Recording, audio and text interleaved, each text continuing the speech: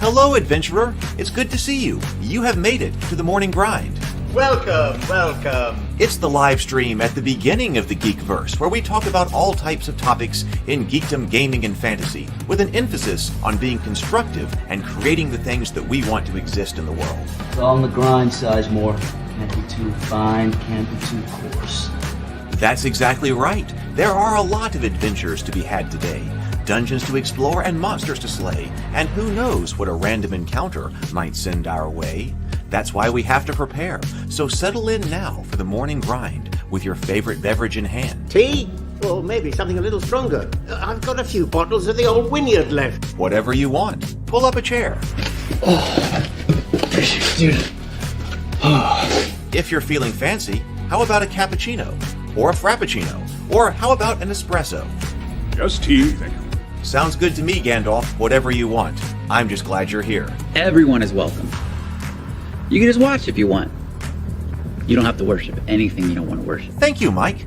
But be forewarned. Sometimes we get really strange characters around here. Wait, what's that you say? Why can't you come and be a part of the stream? My wife would disown me. Oh no, I bet she'll be fine with it. Come on in. Am I scared for my safety? No. What are we supposed to do? Everybody do the secret handshake.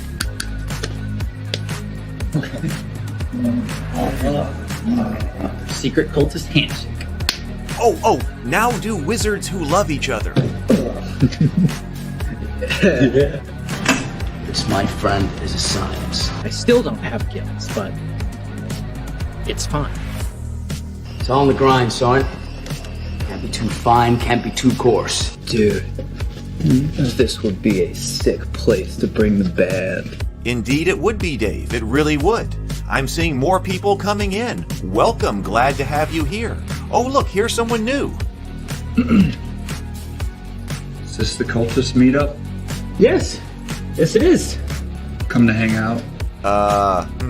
Please accept me. I have nothing else. Okay, we accept you. Everyone's welcome here. Brought some snacks. Well, that makes things even better. You want some coffee? I don't drink coffee. You sure? It's cultist coffee. What makes it cultist coffee? I'm a cultist and I'm drinking it. Oh. Then I'll have some. What exactly is going on here? I'm seeing more people coming in. Welcome, welcome. It's so great to have you. Oh, and look, here comes another stranger. Can we help you? Yes, fellow cultists. I could really use some food. Oh yeah? Welcome. We have donuts. Oh, it's me. I'm glad I'm here. I'm sure you have a few questions for me, though. What's your name? Who do you work for? What god do you worship? Great questions, Rob. I'm Steve King, and I worship Nyarlathotep. No, not really. I'm just Heath, and I won't be worshiping anything this morning. But I will be your host. Welcome to the office. We're going to have a great time. I've got my coffee ready, because now it's time for the morning grind.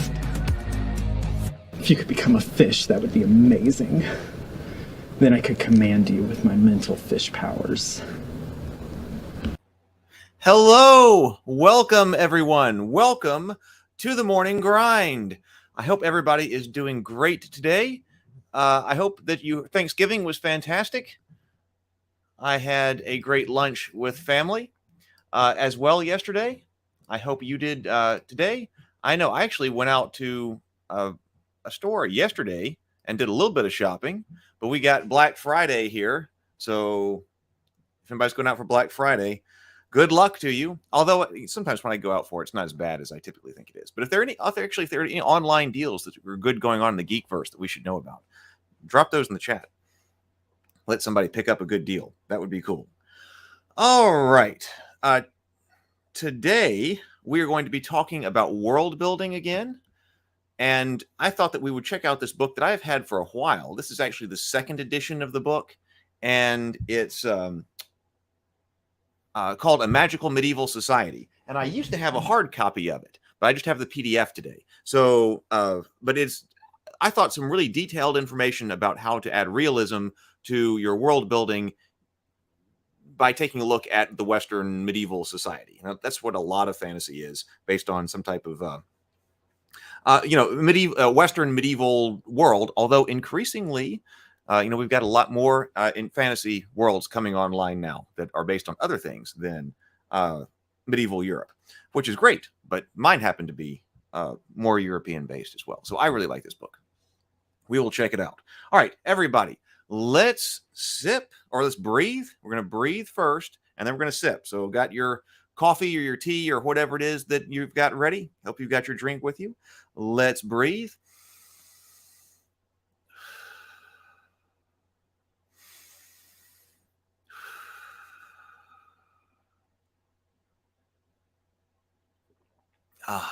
There we go.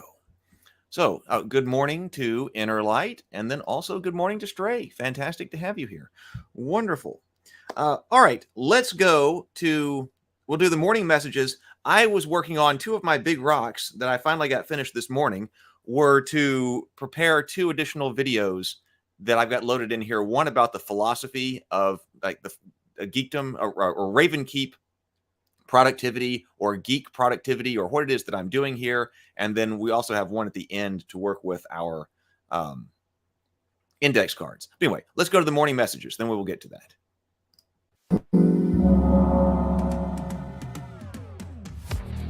Friday night at 7:30 p.m. Central Time, new episodes of The Cultists Season 2 are premiering. It's our comedy web show about modern-day Lovecraftian cultists just trying to worship Cthulhu in a world full of people who don't understand. I attack the darkness. 40d10 psychic damage. My parents are out of the house today. I invited the guys over for a little D&D. So do I get to cast spells? Yes, you're a wizard. I am? That's my spot! Oh, yeah? Well, why don't you come over here and do something about it? So I'm gonna take Steve out. How are you gonna do that? I'm gonna cast Power Word Kill. Kill, kill, kill! What happened? First they start playing Monopoly, and then they move on to Dungeons and Dragons. The next thing you know, they're worshiping demons and drowning themselves in lakes. Can't even cast a practice spell right. I think you're just not high enough level to cast Power Word Kill. I will not stop until Steve is destroyed. Edith, target, conditioner, saving throw. There's a live after party after every show with me, Heath. I'm the creator, co-writer, and producer of the show. I also play Steve, and other members of the cast and crew. Catch those live or on replay. If you need to catch up on the Cultist show, both Season 1 and Season 2 are on my YouTube channel. Just go to the playlist. Each episode is about 5 to 7 minutes long. We've also developed a social deduction and miniature game based on the Cultist that we want to launch on GameFound. Check this out. Ready for a Cthulhu Cultist party game of spellcasting and betrayal? Welcome to Ritual. This is just our gaming group. Indeed, but your gaming group is all you need to delve into the madness-inducing rituals necessary to summon Cthulhu. Click the link below to visit the GameFound page, follow the project, and learn more. Dude, this is hardcore. Ritual is a game of incantation, social deduction, and dreadful fun.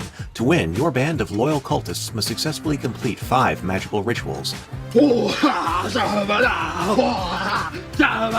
watch out. Your cult has been secretly infiltrated by the sinister agents of the Yellow King. You think the cult of the Yellow King is here? If they can foul up 3 of your rights, then they win.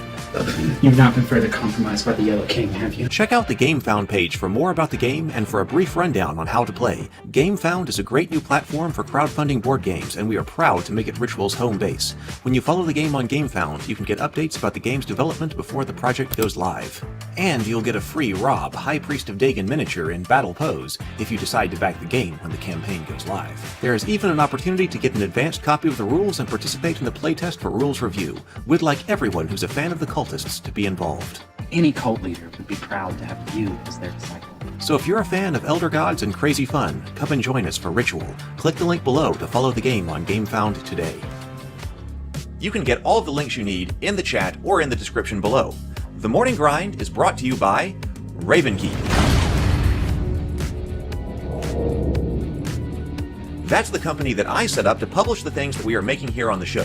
Check out ravenkeep.net. You'll find merchandise from the Cultists, such as mugs and coffee, as well as board games, the Goodnight Sword ebook, and the Terra Tiles pre-order. Terra tiles are the terrain system that my brother and I developed that I'm currently re-releasing. Terra tiles are the easiest way to get great-looking terrain on your table. They are bright and colorful and ready to play right out of the box. There's nothing to print, paint, or assemble, and Terra tiles are large, thick, and durable, being 9 inches from point to point. That's large enough to make setting them up quick and easy, while also being the perfect size to create really varied and organic-looking terrain setups for your table. This reprint is being produced in very limited numbers, so if you want one, you need to put in a pre-order so a box will get your name put on it. The Morning Grind is also brought to you by, well, no one else right now, but wouldn't it be cool if in the future there was somebody else who wanted to sponsor the show and keep us streaming? I think it would be pretty cool. We'll just see how it goes. Stay tuned and watch this space, I suppose. But alright, that's what you need to know right now. Let's get into it. Alright. Still working with my lighting in here. I noticed it looks a little bit different. I finally got some the remote lights that can change colors, the LED lights and things like that that you can work with electronically, set up here in the office up above me. But I haven't got everything quite dialed in yet. Still looking a bit too orange, but I'm gonna work with that later. We'll set up a new scene and see what happens there. But we got what we got today, so let's go with it. Now, there is one other thing I want to show you today because I've been trying to come up with the philosophy, our philosophy of productivity, and actually what we are doing here and kind of the purpose of the whole morning grind. And so I want to put this out. I'm going to put it out on YouTube just in general, but I also think that kind of, we're kind of moving into the second phase of the morning grind because this is day 27, I believe, about doing these live streams. And so we're headed, I think I'm going to continue, 30-day experiment. I'm going to try to do another 30-day experiment, but I want to communicate what the philosophy here of what we are doing, what I'm trying to do anyway, as far as being productive and improving life, because we talk about geek stuff, but we also work on improving life. So this explains the kind of structure that has evolved over the last 27 days of morning grind. So if you are jumping in, I want people to know exactly what's going on. So this is what's going on. Let's see, right here. What exactly is going on here? So here's what we're doing. My purpose here is to add anchor points and structure to my day in order to be more productive, get done what I want to get done, and also have a lot more fun. I would love it if you would like to come along for the journey. It would be great to have you. We can all get where we want to go and have a lot more fun too. So here's how I'm doing it. So the day begins with the morning call to adventure. The call to adventure is getting up at the time you want to get up and starting to work on whatever it is that you want to get done. For me, that's getting up at 4:45 and being at my desk by 5 o'clock. To hold myself accountable, I'm posting pictures of my watch on Twitter and in the Call to Adventure section of the Ravenkeep Discord. If you need a morning anchor point as well, you can heed the call to adventure with me. You choose your time to start and your activity. If you're successful, shout it out. Tag me on Twitter when you're up, or you can post it in the Discord channel. The second major anchor point of the day is the Morning Grind live stream. The purpose of the Morning Grind is to be a positive and constructive part of the day. For me, personally, hopefully, I'm rewarding myself for getting up in the morning, heeding the call to adventure, getting work done, and now I get to talk about some of my favorite stuff in the Geekverse here with you. It's an anchor point because the morning work has to be done by the time that show goes live. But not only do we geek out on the morning grind, but we also want to take a few minutes to plan how we want the rest of our day to go by identifying what big rocks we need to move. If you want to move big rocks with me, hang with me for the last few minutes of the Morning Grind live stream. The third anchor point of the day is the afternoon adventure. This is where we break from moving big rocks, get outside and do something interesting. For me, right now, I'm trying to do a 3-mile hike each day with a full adventurer's backpack on, loaded out with gear, because I want to be able to do at least some of the things that my D&D characters can do, right? So if you have great ideas for afternoon adventures, or if you're on one yourself, you can post about it in the Discord channel. We'll all talk about it and celebrate. After that, if I haven't finished moving my rocks, then I start moving rocks again, or it's time to be creative or do something else entirely until the fourth anchor point of the day, and that is the Wind Down live stream. That's the place to chill out, relax, hang out, celebrate the day's successes, talk about how to improve tomorrow, and yeah, of course, we can chat about whatever is going on in the Geekverse there as well. It's a great time. After the wind down, it's time for sleep, and quality sleep is so important because then we got to get up and we got to do it all again tomorrow. So those are the anchor points that I've established for my day in order to be more productive, because I've got games to make, worlds to build, stories to write, and shows to shoot. So that's how I'm working to get it done. Of course, you don't have to do what I'm doing. You do what works for you. You do what gets you where you want to go and also what accomplishes what you're trying to accomplish. But if these anchor points keep you on track during the day, moving in the direction that you want to move and having a great day, then I would love to have you. And also, you can just take the parts that you need to help out your day, add your own anchor points as needed. Do what works for you. Let's make life work for all of us and live more by putting more life into each day. You can just watch if you want.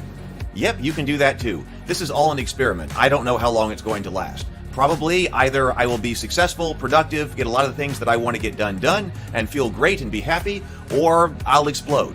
I don't know. But either way, I hope it makes good YouTube. We'll see. What did you think about that? Was that a pretty good summary of what has evolved here in the past 27 days? I think so. I got to figure out where to put that and where to incorporate in the live stream. Might need to go back at the beginning and just start the live stream earlier in the morning, a couple minutes earlier to communicate that information, because I want new people, if they're coming in, I feel like more people are going to start finding us. I think they are. And I want people to understand what the whole philosophy is of what we are trying to do here, what I'm trying to do here. If you are new here and you would like a link to Discord, I am dropping that in there right now. So you can get in there and join us. All right. Let's go over here to talk about our main topic. This is a magical medieval Western society. So, all right, got my windows arranged. There we go. Could be a little bit bigger, couldn't it? There we go. Oh, Stray says, I like it. It was well made. Thank you. I was trying to be concise, but there was a lot to explain. But now we should be able to share it around. I've been coming up with all kinds of great ideas. Like on the drive yesterday to Thanksgiving and back, I just was thinking about all kinds of new things that can happen because of the live streams and on the Discord server, and that we can do in the coming weeks and months. So ideas are flowing. Ideas are really flowing. Got to make them happen. A magical medieval society, Western Europe. And I've noticed that there is a third edition, but I noticed that this is a second edition PDF, but this is by Expedius Retreat Press. And there is a lot of things to think about it in it as far as world building goes. Let's take a look at the table of contents here. So we've got introduction, chapter 1, on those who toil. Chapter 2 is generating manners. Sounds like we might get to roll some dice and see about generating manners. Then on the magical medieval city, generating towns and cities, economic simulator, on those who pray, on those who rule. This is probably another one of those that's going to take multiple days. There are lots of things to go through, multiple episodes to go through. Generating kingdoms and aristocracies. Chapter 9 is on warfare. And then we've got some appendixes as well. The building system. So lots of stuff. I think it's a pretty cool book. The goal here was that they tried to really think about what are the ramifications of something like D&D level magic, right? Like D&D level magic on a Western medieval society. What would that impact actually be? How would that change things? Now, of course, we were talking about magic and magic systems yesterday. And one of the things we were saying is that it's difficult to know exactly what the impact of magic is, because it's difficult to know what magic can actually do. We talked about why that's difficult and trying to affect the world with magic and why that takes so much time to specify. So it's difficult to say what effect would magic have on society if you don't really understand what magic can do and can't do. And we probably all come up with situations or read about situations where, like D&D spells are great for the adventuring conditions and what they were as they were written, but some things can have rather bizarre and world-breaking ramifications if they existed, and a lot of times perhaps even their existence isn't considered, right? When you go on to other things, like you've got this really neat spell that it's like a digging spell that moves earth, right? And so you're using that in the dungeon to do something or move that around. But then when they're actually building a castle or a fortress or something like that, they are just digging it by hand. Why aren't the wizards digging out the trenches with the magic spells and things like that? So, this is about world consistency. Hi, Spencer. Longtime cultist fan. First time tuning into the grind. I feel like it explained it very well, or pretty well. Thank you, Spencer. Well, I'm glad you're here. Excellent. So you are a new person who is coming in today. The morning grind has just been an experiment. I started it 27 days ago. And so we've just been going at it. And this has been developing as has been developing on its own. So anybody who watches the live stream or goes back to the beginning or has been with us from the beginning has seen the whole thing develop organically. And this is where we've gotten. So excellent. Thank you for letting me know. Glad you're here. Very glad you're here. And we do have the cultist live stream tonight, by the way. I meant to mention that. Of course, this is Friday. It doesn't feel like it. I was feeling like yesterday was Saturday all day. But cultist live stream tonight, episode 8, season 2, will premiere tonight. And then right after that, we will be live for the after party. And Megan said she's going to be there tonight. So Megan is the costume designer, and she is the police officer. She played the police officer. So she will be there with us tonight. So this book aids the creation of a generic Western medieval world consistent with the 3rd edition gaming. Oh, 3rd edition gaming.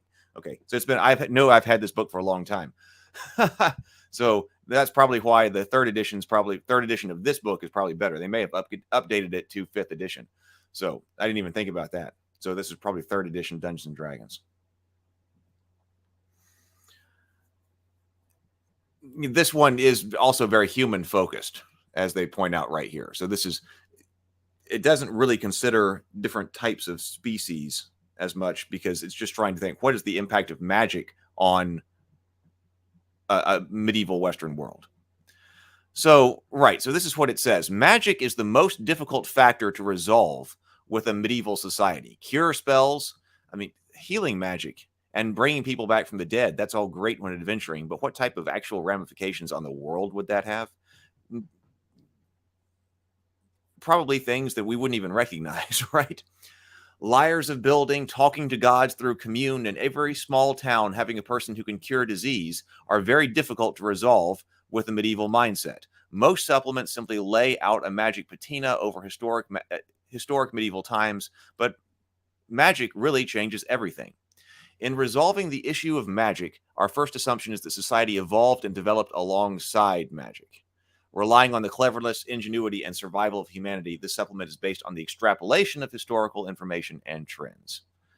And then our second assumption is that most magic in the magical medieval society is mundane magic, not adventuring magic. Our third assumption revolves around historical medieval mindset with a magic world by viewing magic as a form of technology, which I think it basically would be. We talked about that magic yesterday. Magic is another way of affecting the world, one that we don't have access to because we don't have magic in our world. But it could be used. We talked about basic statistics. If they help a character in a role-playing game affect the world, it could be magic or it could be technology. So potentially a lot of spellcasters as well. I think this is interesting. Setting table A, spellcaster demographics. So I believe this was from 3rd edition. Thorpe, hamlet, village, small town, small city, large city, metropolis. The average number of spellcasters. That's a lot. That's a lot of spellcasters. Not all wizards. We could be talking about a variety of different character classes here.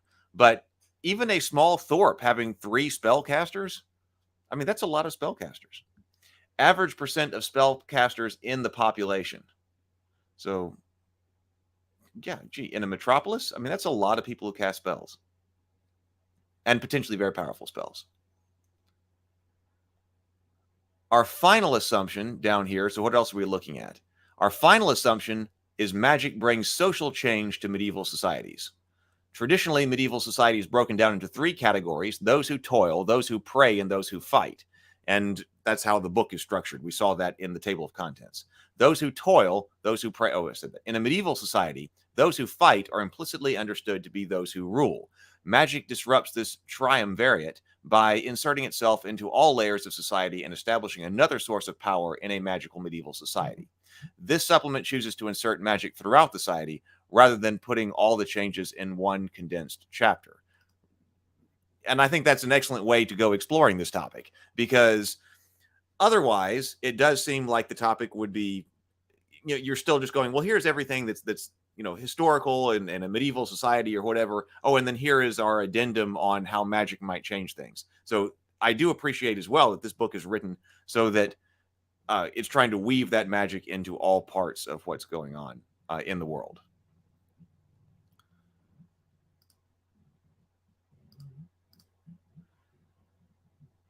So let's talk about, those who toil. So we're talking about laborers right here.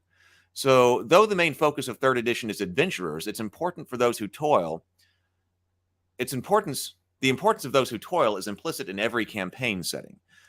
It's the bulk of the population, typically 90 to 94%, and the work of the land, and they work the land, food, fodder, drink, and clothing. And, I was thinking about this yesterday as I was driving home from Thanksgiving, about how accessible are your calories as far as world building goes, and just the impact of that in across cultures and societies in our world. That how accessible are your calories, because that will allow your society to expand and have people specialize in things that are not food production. When you look at different societies where it's very difficult, it takes a lot of processing time to get calories out of food, because that's just like the kinds of plants that you have around. You never end up with a surplus of calories to allow people to go and do something other than food production. If you have to spend most of your day in the processing of the food, then you are not going to be able to specialize, and you're not going to be able to advance. You may be stuck. Your civilization may be stuck in basically a circle doing the same thing as long as it survives, because you just don't have the caloric excess to have your society do anything else. So that could matter here as well. Now, we've got people who toil. We've got a lot of people involved in food production, subsistence level food production, generally farmers. If that magic helps them out, that might be something that actually accelerates civilization in a certain sense. We could call it civilization or society or whatever. If all of a sudden we can get a lot more people out of food production and working on whatever else it is they're going to be working on. So, and they live on manors. Note, although presented here in a clear-cut and ideal form, actual magic medieval manors vary in almost unimaginable ways. Every imaginable way. Size, productivity, living conditions, building, and staff. Okay, so what is this? So the basis of a medieval agrarian society is the manorial system. Manors are rural estates under a lord, often an absentee lord, who has certain rights over the land and its tenants. If it includes a village, all the occupants of the village become the lord's tenants and are indebted to the lord due to the protection that he provides them. Some peasants own their own land, but are still required to provide labor on the lord's land at harvest. Most manors are small, usually less than 640 acres or 1 square mile. I'm thinking about putting those into our world maps, like we were looking at with the Worldbuilder book. Rural communities are usually 1 to 2 miles from each other. Larger communities, villages or towns where markets and fairs for selling and buying surplus occurs, usually within 5 miles of most small rural communities. You got to think about travel time here, right? And in geography, there's actually a whole, you go through central place theory for the design and placement of, that describes the design and placement of cities, towns, villages, and so forth, based on what type of goods they all sell, and also how frequently you need them and how accessible they are by transportation. So there's actually a geography aspect of that, to this. I remember going over that in human geography and urban planning as well. So every manor has a manorial home, even if it's no more than a simple great house made of stone and usually 2 stories tall. Home houses the bailiff and other important staff. Oh, we got a little example right here. A hall, the solar over and the chapel over right here. Little example.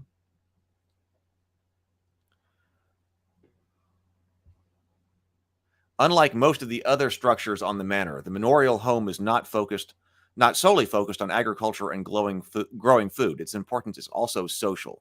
So the chapel, all manorial complexes have a small private chapel for the Lord, his family, and their guests.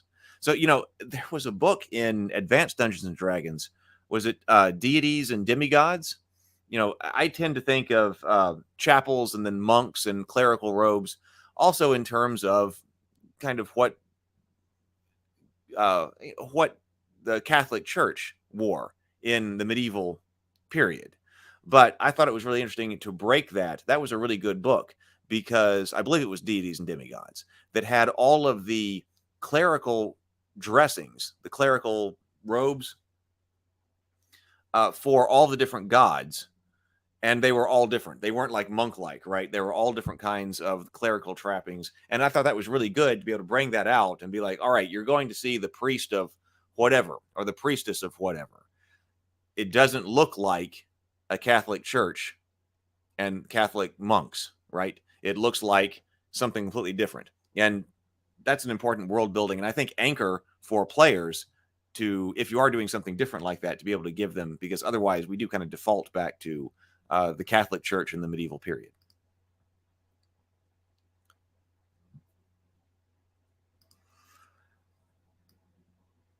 Stray says, I came across a program on drive-through. It's called HexKit. It helps with hex crawls and locations on the map. Good for either a rough draft or with a little work, it could be a nice complete map. I want to say that has been brought up to me before. I want to say that somebody has pointed that out because obviously I've got Terra tiles and they're hexagonal and I like hexes. And I want to say, I forget what that was.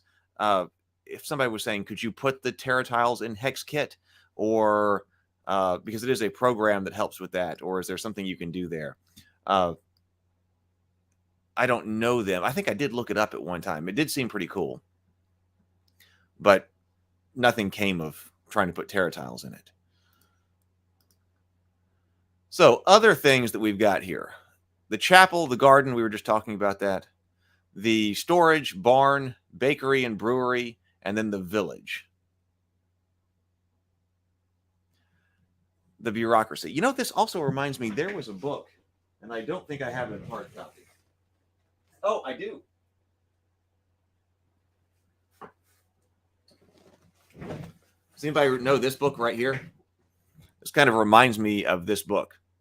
I think that what's going on with the Magical Medieval Society book goes into a lot more detail. This one seems high fantasy in a very real sense and probably not quite as well researched, but we should probably look at this one day as well. The Castle Guide, because I used this one years ago in AD&D, and it kind of covers, I'm thinking, the same kinds of similar things with the structure of castles and manors and things like that. So the bureaucracy here: steward, chamberlain, almoner.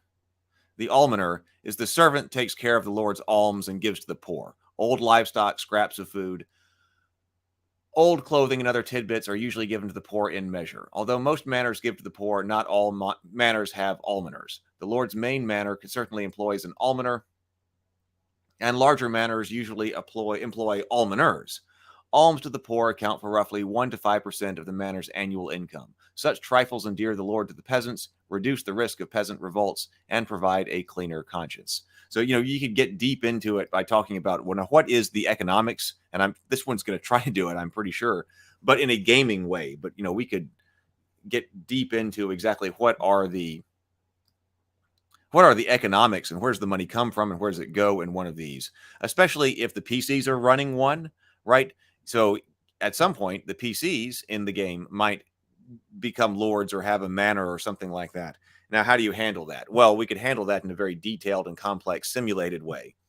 On the other hand, we could look at it in a much more gameable way. And, that's another thing to look at one day. In addition, I did get this, and I used this in Lou's game. So it would be interesting to compare and contrast these different approaches to trying to structure our world building and also then use the world inside of a game. So this book that we're looking at here, A Magical Medieval Society, has a lot of detail and is talking about the world structure.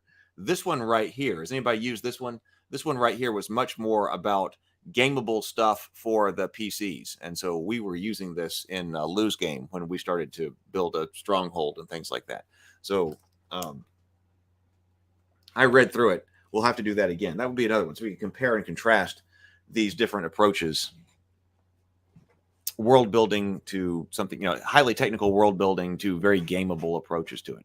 Because probably I don't want to get caught up in the math of running my manor or my hall in the game. Pack as much adventure in as you possibly can. So, managers, bailiff, the reeve, laborers. So now we're talking about the peasants. Plowmen make up 90% of the lord's holding in the fields. Carters are the delivery men of the manor. Shepherds have many duties. Dairymaids.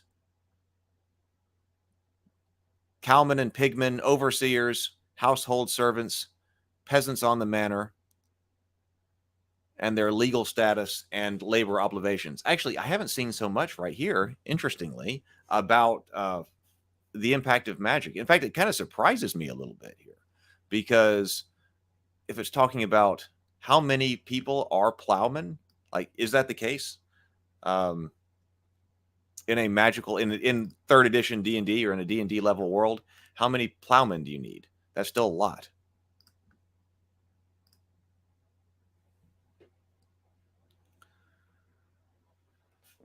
Different kinds of taxes.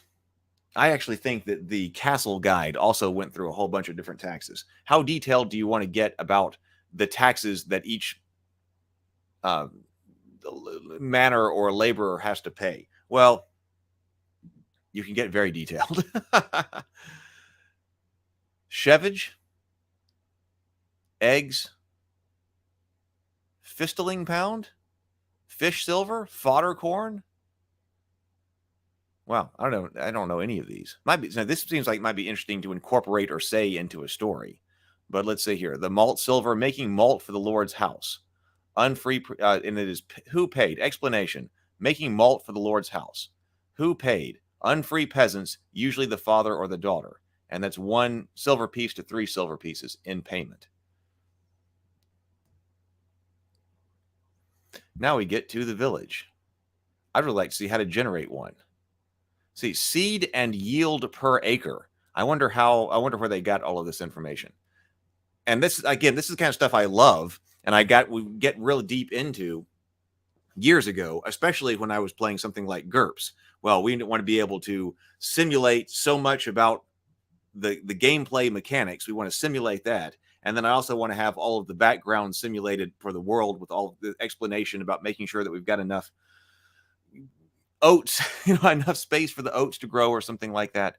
And I'm trying to think about how to do that for Rabavania and Theophany. Now, Rabavania is different because they're not humans and they're much smaller. And I've tried to wonder, or I've thought about how much that's going to matter. There's some things that brings up in world building that might actually just be best to ignore in the story and in the gaming. Other things, it might actually have some kind of impact, especially if you found something that was really neat cultural to them that did really impact the stories or the game. Then you could emphasize that. How many things do you need to have different about this particular species or race of people or race of, fantasy race that's different from humans? Well, it can't be everything, because you've got to communicate that in a story, and you've got to communicate that at the table in a particularly possibly in a short amount of time. So what do you want to be different? You want the main significant strokes to be different, right? Like here are 3 big things, or 2 big things, or maybe even 1 big thing that makes this culturally different than other places you've been in the story or in the game. So I don't know. I'm thinking about that. We will see. Because I'm just wondering in general how much, if I'm mapping, how much of this do I want to make sure is right? labor calendar.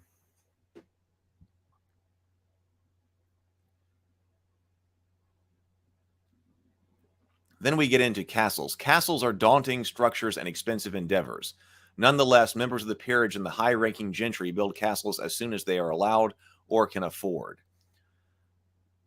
Castle is a fortified structure. I like that. Look at that castle. That's a pretty cool castle right there. Oh, well, finally. Okay, let's get to magic in the manor. Let's see what they're saying about that. According to 3rd edition, magic users live in the smallest rural communities, the most common being adepts, bards, clerics, and druids. Sorcerers and wizards are usually in villages, half of the hamlets and 25% of the thorps in the kingdom. Most spellcasters in rural communities are low-level casters.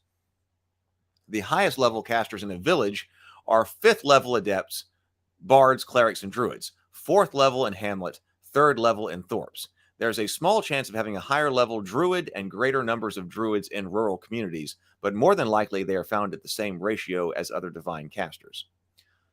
Rural peasants are quite familiar with the lesser magics. Watching someone sow seeds twice as fast with the aid of mage hand, mending tools, clothes, and dishes with one's mind, or cleaning dishes and flavoring food with prestidigitation is a special but no longer extraordinary thing. Though rural peasants are familiar with some of the effects of magic, they do not understand how it works or all of its limitations. The basic understanding peasants have formed about magic is spellcasters do tricky things. If something weird happens, it's probably a spellcaster's doing. They move things without using their hands, close and heal wounds instantly, and create sounds and lights out of thin air. Let's get back down here. Though magic is present in rural communities, peasants often have unrealistic expectations of magic and hold superstitions that magic works in ways it does not. Low-level casters are accused of cursing and hexing villagers' property regardless of the level and class of the spellcasters. Because is level and class really something that is involved, actually in universe in the game world? Does somebody know that they are a 2nd level caster? Probably not. So other people don't know that as well. A neighbor watching a spellcaster using mending on socks asks him to patch up a thatched roof. That's one of those things that seems to be reasonable, that the peasant might, hey, then can you fix my roof since you can fix the socks? But as the spell list is written in like 3rd edition or all of these, the spells have very certain things they can do. Maybe the sock spell can't mend the thatched roof. Although I do appreciate that in 5th edition, they've started to kind of generalize some of those things instead of realizing, and I think this has been a trend anyway, instead of trying to make, all the different repair spells or things like that, certain spells like the cantrips, prestidigitation, right, is much more general. There are lots of things you can do with it. It's kind of like the cover all. And also thaumatology, right? That spell. I looked at Gandalf. I did a video on here where I looked at Gandalf's spell casting in the Middle Earth and in The Hobbit and Lord of the Rings. And I think he uses thaumatology a lot. A lot of the things that he does is actually just covered by that spell. I was arguing, if you want to need a laugh, it's tongue-in-cheek. It's tongue-in-cheek, which I don't think some people understood in the comment section, that it was kind of a joke. It was obviously like an over-examination of the topic. But I was trying to argue that Gandalf was only a 1st level magic user. It's been argued like years ago in the 70s that famously Gandalf was only 5th level. I argued that Gandalf was only 1st level. Successfully, I think.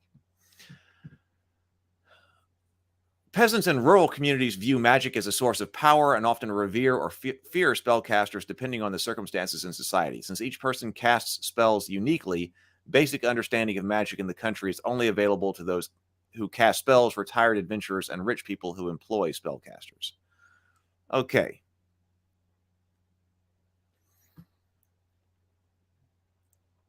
Let's take a look at peasants. What are we going here? Peasants, lords, and manors, and then we got plot hooks. All right, let's take a look at peasants here. What is it saying about them and the relationship between magic? Spellcasting relies on statistics, not on money or social standing. This is especially true in classes that cast spontaneously and divine spellcasters. Due to the nature of divine magic, clerics and adepts do not have to belong to a religious hierarchy to have magical powers, though the GM may create a campaign setting where social and legal laws prevent such casting. Druids have a special importance in rural communities because of their close relationship with nature and their ability to augment nature's gifts. Wizards, with the costly upfront expense of a spell book, are the only spellcasting class whose spellcasting abilities are dependent on factors other than statistics. Like other professions in the medieval world, apprenticeships and patronage helps offset the starting cost of wizards. In a society with magic, spellcasters have a source of power and de facto social prestige. If a peasant family has a bard or adept, it is high social standing and an alternate source of income. Within a rural community, payment for magic usually comes in the form of bartering for some kind. 2 chickens and a pig for cure light wounds, or a peasant working strips with the plow at sowing time for his neighbor who casts neutralized poison on one of his plow teams are not unusual barters. Well, that's the first time I think I've ever seen that spelled out. Now, I wonder, how many gold pieces is a cure light wound spell? Well, it is more flavorful as far as the world building goes to say, well, you got to bring 2 chickens and a pig. Bring 2 chickens and a pig for the cure light wounds spell. Stray says, if I have a caster throw fireball in a field of harvest, I'll have the farmer charge them for damages. Yeah, that's good idea. It keeps the players from being so destructive, or at least not experiencing the ramifications of potential destruction that is going on around them. Like a Marvel movie. The Marvel movies, when the superheroes fight over there in those movies, there's a lot of destruction that goes on in the cities and everything around them when that happens, and they don't really deal with the consequences that much. But we could in the game. See, 0 level spells. This was 3rd edition, so we still had 0 level spells. 0 level spells are great spells for peasants. Every spellcaster can cast them. They require no material components, and even though they are limited, they make the lives of peasants much easier and more entertaining. Mage Hand, with duration of concentration, is quite useful for peasants. Lifting and moving one object of up to 5 pounds seems marginally helpful to PCs, but this spell allows a peasant to plant seeds in 2 rows near each other, one by hand and one with Mage Hand.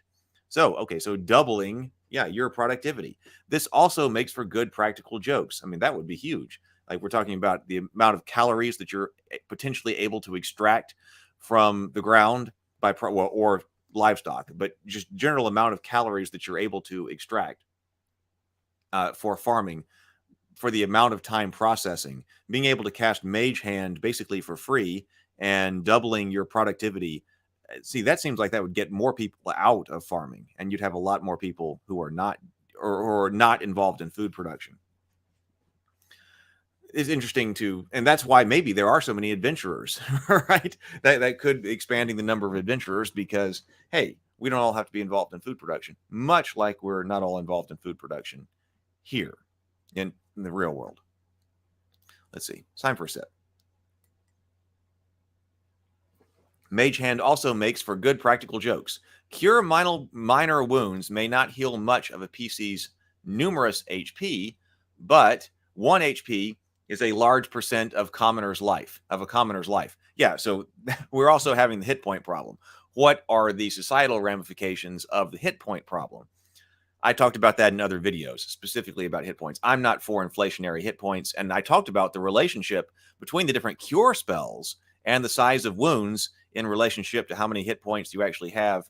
I'm not going to go over that again, but here, because that's in another video. But yeah, right. Cure minor wounds.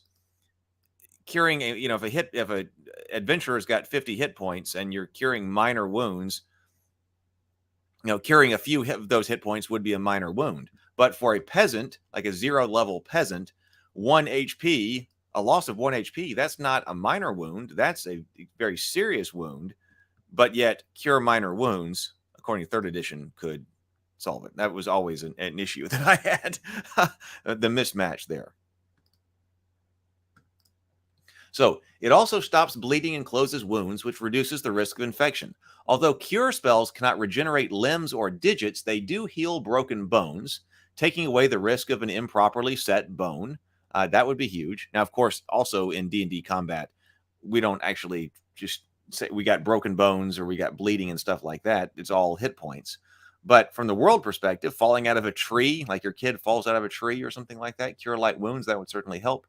Accidentally stabbing yourself with a knife while you're working or some kind of accident out in the field, sure would be nice for that to be able to be completely taken care of, basically for free. I mean, you might have to pay a chicken or something, 2 chickens to get cure light wounds. But, what would be a life-changing injury because of work would all of a sudden be taken care of and you wouldn't have to worry about it. So mending becomes a housewife's best friend for darning socks and clothes, fixing dishes, and anything else around the house that is needed in the house that is less than 1 pound. Prestidigitation is a great spell for flavoring food, warming bath water, cleaning the house, and entertaining the villagers with small tricks. It sounds like everybody would want to be able to cast 0-level spells. I mean, we could think about that too. What if everybody, because it's so useful, you should definitely, should you study magic? Well, there are wizards who, are 15th level, 20th level, whatever. But gee, just life. I wish I had these spells. I need an unseen servant. I wish I had an unseen servant to walk around this house and pick things up. But man, all things would be very useful to, me trying to, live in the house, and probably you as well. It seems like, well, gee, everybody should learn enough magic to be able to cast these 0-level spells here. Purify food and drink makes every piece of food and ale viable for consumption, and create water makes clean water, not always a standard among the local water supply. That a peasant does not have to fetch. I mean, that would be huge too. I mean, that sanitation right there would change so much. I mean, getting clean water into anywhere with a spell. People traveling with druids do not have to worry about getting lost with no direction. Now, that's also a problem. Can you get lost in the woods? Well, see, we had that problem. I was dealing with that problem. I think it must have been in the Journey RPG that I was writing when we were trying to work with druids or rangers. And of course, this was 5th edition, and we're talking about their ability to never get lost. Do you want the ability to get lost to be something that can happen to you in the game?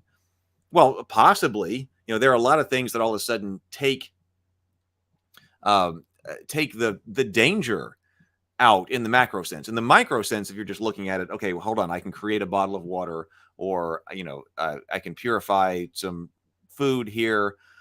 But if you can just always do that, you've always got water with you. You don't have to travel from water source to water source. If you find something that is kind of rotten, you can purify it, so you're not so worried about maintaining fresh stuff. Or if you find out that your rations have all of a sudden gone putrid, well, that's fine. People traveling, with that spell, you can fix it up. And if you're never going to get lost, I mean, it's almost like all of a sudden everybody in a magical medieval society, or large chunks of people, are all of a sudden become GPS enabled, right? Everybody's GPS enabled and getting where they want to go. That's big. The spellcasters put on a great show with dancing lights, ghost sound, and light. Many first-level spells require common material components or none at all. Goodberry is a way for druids to store and distribute healing and nourishment without expending experience or taking a feat. Goodberry is a powerful spell. I'm not going to look it up in 5th edition right now, but people talk about that as well. Why doesn't everybody just use good berries? I mean, by the time you get good berries, it's a cool idea, but boy, it can be cast a lot.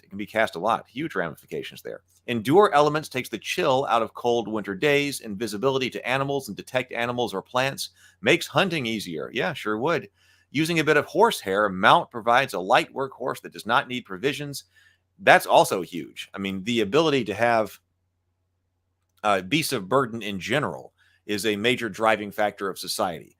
And so not having to provision them. I mean, we talked about caloric extraction. If you're going to maintain a horse, well, the horse, or any of your beasts of burden, they've got to eat. So you've got to be extracting more stuff out of the ground in order to feed to them.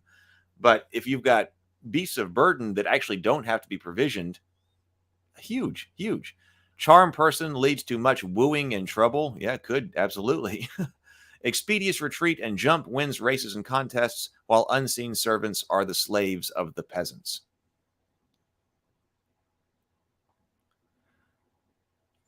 So, magic may not be used every day. Most peasants cannot afford magical solutions to their problems. Even spellcasters may not use all of their spells every day. Those that can heal never know when their services are required, especially if they are compensated for healing. Peasants do not stop using poultices just because someone can cast Cure Light Wounds in the community. Candles are not replaced with light in homes of peasant spellcasters. People do not stop sweeping up because they have prestidigitation. But according to the core rules, the magic is there whenever or however they want it. I would have to look back at how exactly casting those spells go in 3rd edition. But in 5th edition, they could be a lot more free, couldn't they? They could be a lot more free. It'd be like Harry Potter world, right? I got some agreement on inflationary hit points right here. Ryan says, yeah, inflationary hit points suck. That's why I don't run D&D OSR often.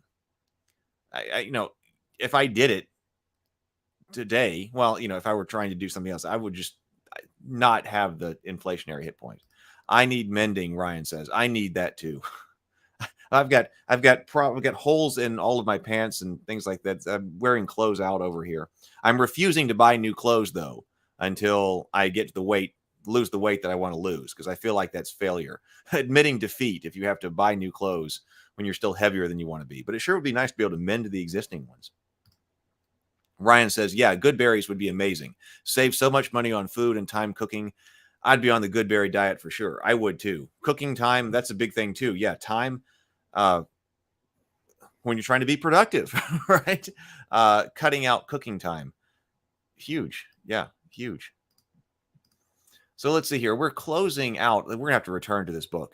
I think this is a really interesting book. That section was the most interesting kind of section to me. Of course, there was all the stuff about the world building and who was around, but the discussion of the magic, I actually wanted that to be a little bit more interwoven into the rest of the stuff that was earlier on. But let's see here. We're about to get into plot hooks. So, let's finish this up. Lords and Manors. Magic provides a new method for the Lord to exploit his land and peasantry for financial benefit. The Lord can now hire a druid to cast plant growth on the fields and charge a magic tax on the peasants. As the overall yield increases, so does the rent. Peasants that cast magic can do service for the Lord instead of paying fines or laboring, especially those that can brew potions. The Lord provides the materials in the laboratory, while the serf expends experience to pay his obligation. While the serf expends experience. Oh, yeah, experience to pay his obligation. Because some spells in this edition cost experience points. I think it was also in this edition that, writing spells cost experience points. I remember doing that a lot, because it actually wasn't a lot. I think I remember us being shocked at how little it was. I was like, all right, I just did the math here. I'm going to make up some spells. I was happy to pay that experience cost. If a peasant family with a promising child wants to send her away for training to become a wizard, she must serve 3 years of magical service at the end of her apprenticeship instead of paying shevage. Spellcasters also fulfill their obligation in military service. A manorial defense force with spellcasters stands a better chance against rebellions, uncivilized human raids, and banditry. Well, it also just might be required. I mean, it might be that a manorial defense force that does not have magic in a spellcasters in a magical medieval society like this is going to get run over by those who do. So magic also generates more money from the Lord's monopolies. Determining justice brings in more money if the Lord has a cleric on hand to cast a Zone of Truth for an extra fee. There are a lot of spells like that that can be very disruptive for detective style games, or, just cut to the end of the plot if you're thinking about it. I mean, again, sounds good. Spells that sound great in isolation in particular circumstances, but that would just be a huge change of things if there was a Zone of Truth in all court cases. Having detect thoughts in the hall moat also generates more money in peasant infringement cases and serf fines. That's, right now, no one can read our minds. Technology may enable that soon, though. See some things there. But if everybody can read their thoughts, that's something else. Such spells also come in handy when collecting grain and coin from the miller or making sure the smith used his own iron on the horseshoes. Though magic, the Lord of the Manor in a magical medieval society has another, through magic, the Lord of the Manor has another way of exploiting his peasantry. But then again, the peasantry has new ways to fight back as well.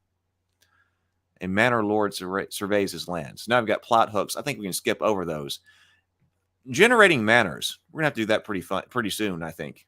I think we roll one up, see what it's like to generate one. So this is definitely a book we will have to return to. I actually have more Thanksgiving to do today. I'm going over to Megan's house.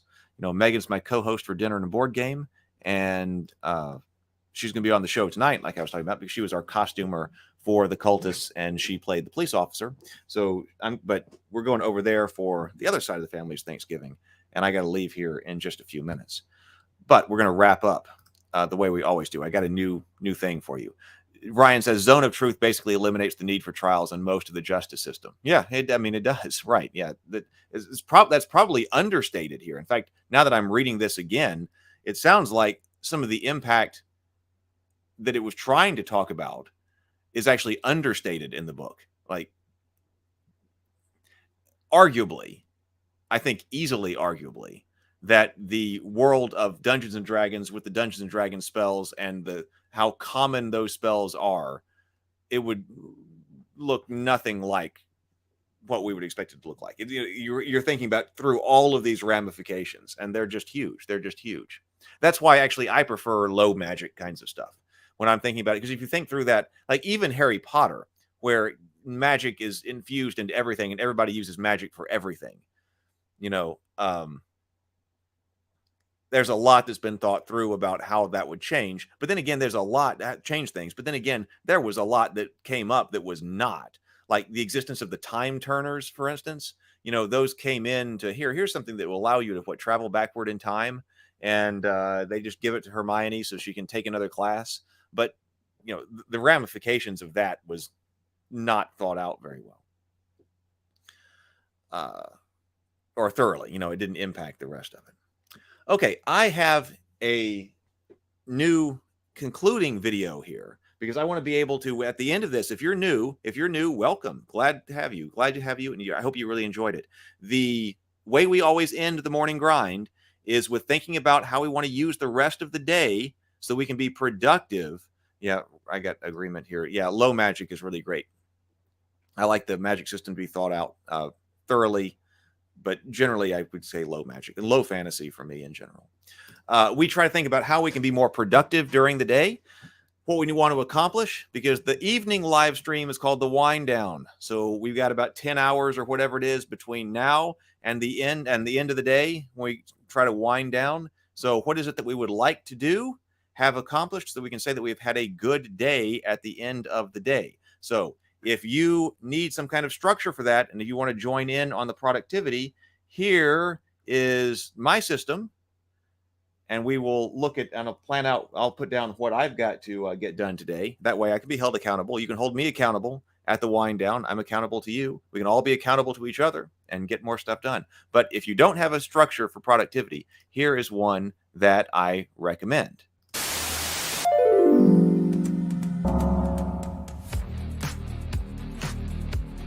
Well, I manage my department, and I've been doing that for several years now. Your department's just you, right? Yes, Jim, but I am not easy to manage. If you would like to join in on being more productive with me and everyone else here on the stream, but are in need of a system to help you out, here's an easy system that you can adopt and that I recommend. Grab a sheet of paper. I find that an index card folded in half is the perfect size for this. But if you don't have an index card, no problem. Any scratch piece of paper will work just fine. Just grab it and a pen or pencil. Think for a moment and come up with the 3 things that if you were to accomplish them today, you would know and feel that it was a great day. I bet you can take a breath right now and think for just a moment, and you will know what those 3 things are. We're going to call these 3 items our big rocks. Our objective is to move these big rocks during the day. Now, don't make the rocks too big because then you can't move them. Rocks that are too big to move in about a third of a day, we call those huge rocks. Moving the huge rocks is our major multi-day goals in life. But in order to move them, we have to break up the huge rocks into big rocks that we can actually pick up and move around. But we don't want these rocks to be too small, because although small rocks are easy to move, we don't feel sufficient accomplishment when we move them. Moving the big rocks makes us feel accomplished because they advance us toward our objectives in significant ways. You decide what size tasks are small, big, and huge rocks for you. If you get all 3 of these tasks done, then go ahead and add a 4th or a 5th big rock. But don't do that unless you've finished your big 3. You want to look at your list at the end of the day and feel success and accomplishment. You can use your phone for this if you want to, but I think a sheet of paper is better because then you don't have to pick up your phone to check your list of big rocks and potentially get sucked into all the distraction on your phone.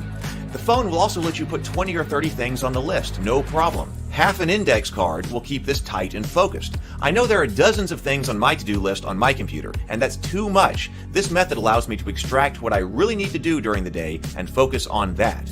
If you're already using a productivity method that you like, no problem, use that. Do what works for you. Now let's write down our big rocks and try to get them done between now and the wind down live stream in the evening. That's where we check in, see how we did, celebrate success, and see how we can improve tomorrow. If you need encouragement during the day, look to the Ravenkeep Discord server. It's a great and constructive community. Let's take over the Geekverse.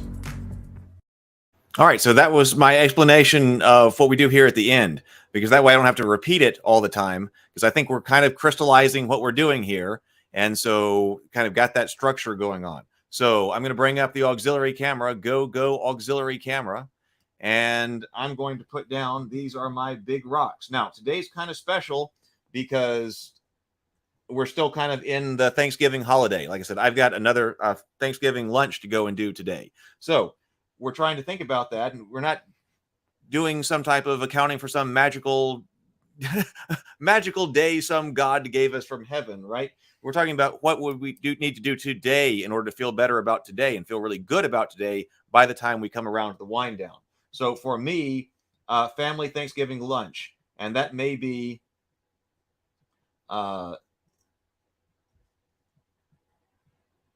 something that takes a lot of time. And on a holiday like this, especially if you're going to be meeting with friends or family, enjoy that in-person connection and all of that. And so it may be that, hey, on a holiday we are majorly productive on other days, but then here we come to this holiday and it's like, so we've been productive on other days, so we can feel good about putting all of our mental energy on that celebration together, hanging out together, being with friends, being with family, and having a great time. So that's my big thing. I'm also going to try to get a haircut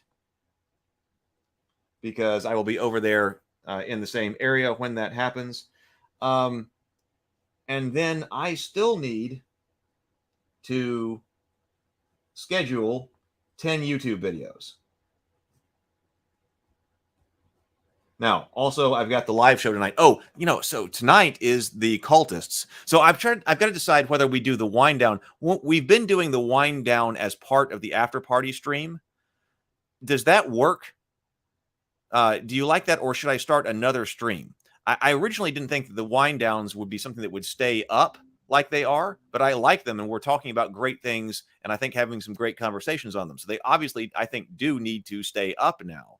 But I'm wondering if somebody's looking for a past day, will they be looking inside an after party? I hate to stop the stream. If we're streaming, it seems like we just stream from the after party and then go into the wind down.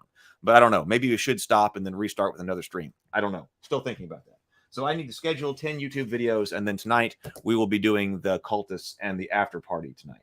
So if I did those things, that would be great. I was actually already working this morning because I had to load the pellet guns into the truck. I'm going to take the pellet guns over to this side of the family's lunch as well, so we can shoot them if we want to. And then the big rock that I moved today was I got those 2 new videos that we used done. So I had already started moving big rocks today before the stream started.